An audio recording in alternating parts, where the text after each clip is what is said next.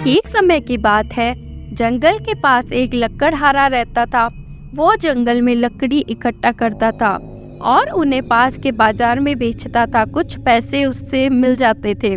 एक दिन की बात है, वो एक पेड़ काट रहा था। तभी हुआ ये कि गलती से उसकी कुल्हाड़ी पास की एक नदी में गिर गई। नदी बहुत ज्यादा गहरी थी और वास्तव में तेजी से बह रही थी। उसने बहुत प्रयत्न किया अपनी कुल्हाड़ी को खोजने की, लेकिन उसे वो वहाँ नहीं मिली। अब उसे लगा कि उसने कुल्हाड़ी खो ही दी। वही दुखी होकर वो नदी के किनारे पर बैठकर रोने लगा। उसके रोने की आवाज़ सुनकर नदी के भगवान उठे और उस लकड़हारे से पूछा कि क्या हुआ।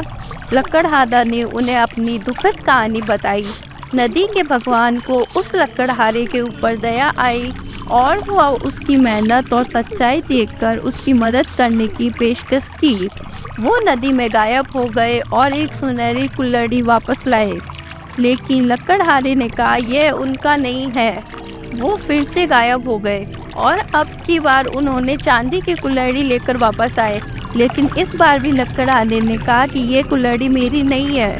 अब नदी के भगवान पानी में फिर से गायब हो गए और अब की बार वो एक लोहे की कुल्हाड़ी के साथ वापस आए। लकड़ी का कुल्हाड़ी देखकर लकड़हारा मुस्कुराया और कहा कि यह उसकी कुल्हाड़ी है।